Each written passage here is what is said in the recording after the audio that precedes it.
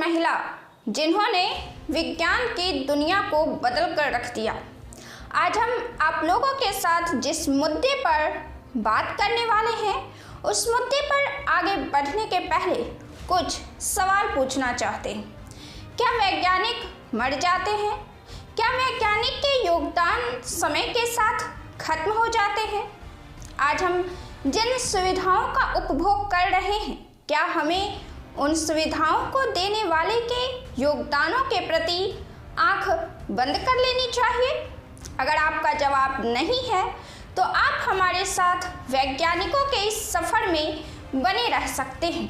अगर आपका जवाब हाँ है तो आप यह वीडियो यहीं स्विच कर दें। आज हम उन 5 महिलाओं के योगदान के बारे में बात करने वाले हैं जिन्होंने विज्ञान की दुनिया को बदल कर रख दिया।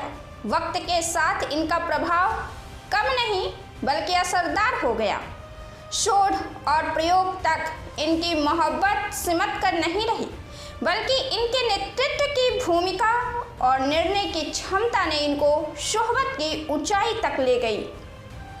जहां हम इनके योगदानों को न जाने तो कहीं न कहीं हम इनके योगदानों को नज़रअंदाज करने वाली काम कर रहे हैं। सामने वाले की जिंदगी से सीख लेना और उसे अपने जीवन में लागू कर देना इंसान के तमाम गुणों में सर्वश्रेष्ठ गुण है।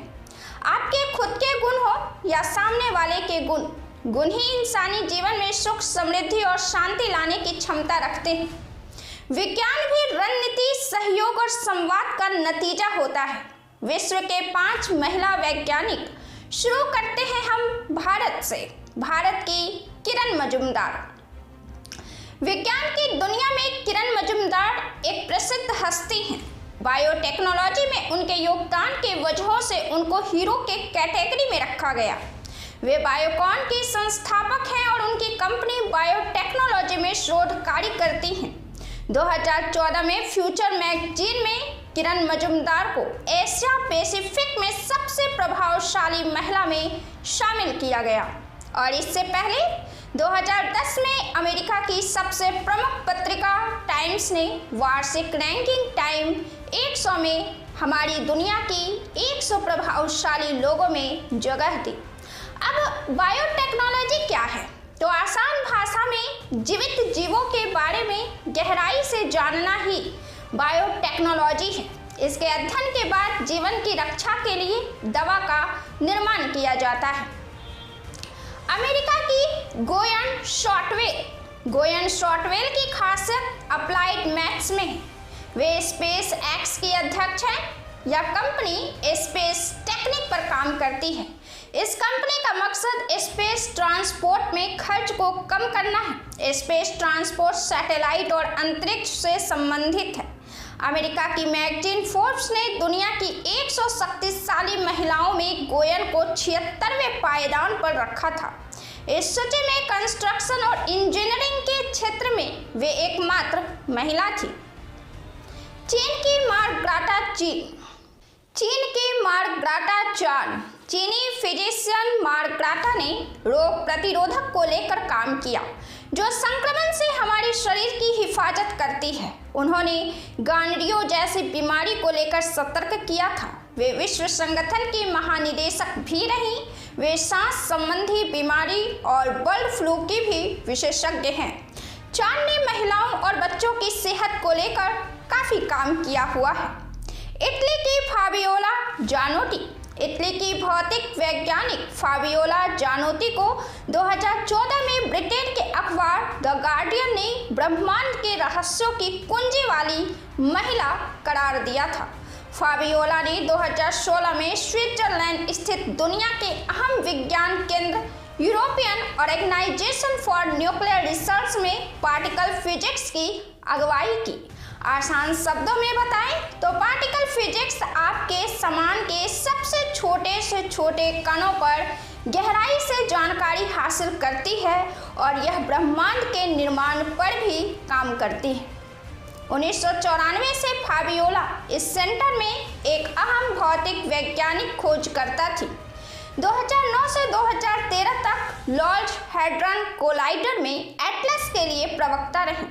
इन्होंने इस बात को दुनिया के सामने रखा कि प्रकृति में व्यापक पैमाने पर पार्टिकल क्यों हैं। कोस्टा रिका की क्रिस्टीना फिगरेस। क्रिस्टीना 2012 और 2016 के बीच संयुक्त राष्ट्र संघ में framework convention on climate change की कार्यकारी सचिव रही। दूसरा विश्व युद्ध हुआ था तब देशों का एक ग्रुप बना था जिसमें अभी 193 देश शामिल हैं। यह बना ही इसलिए था कि देश के बीच शांति कायम रह सके और मानव जीवन के बेहतरी के लिए कार्य किया जा सके। यह संस्था नैतिकता और इंसानियत पर जोर देता है। क्रिस्टीना ने 2010 में कानकुन, 2011 में डरबन, 2013 में वार्सा और 2014 में लीमा के जलवायु परिवर्तन कॉन्फ्रेंस की अगुवाई की थी। पेरिस में 2015 के ऐतिहासिक जलवायु समझौते में क्रिस्टीना की अहम भूमिका रही थी। क्रिस्टीना ने कहा कि प्रकृति उनका अब भी पहला घर है। क्रिस्टीना एंथ्रोपोलॉजिस्ट हैं और वह कोस्टा रिका के 3 बार राष्ट्रपति रहे जोसेफ फिगरेस फेरर की बेटी हैं। एंथ्रोपोलॉजिस्ट दरअसल उसे कहते हैं जिसमें आपके शरीर से लेकर कचरों तक का काफ़ी गहराई से अध्ययन और रिसर्च किया जाता है और इसमें इंसान और पर्यावरण के बीच संबंध पर भी रिसर्च किया जाता है। कोस्टा रिका एक देश है। यह मध्य अमेरिका में कैरिबियाई क्षेत्र में है। इस देश की खासियत यह है कि यहाँ कोई सेना नहीं है। यह खासियत इसे विश्व स्तर पर शांतिपूर्ण राष्ट्र बनाता है। 1949 में गृह युद्ध भड़का था जिसके बाद इस देश ने अपनी सेना खत्म कर दी और शांति का मार्ग चुन लिया।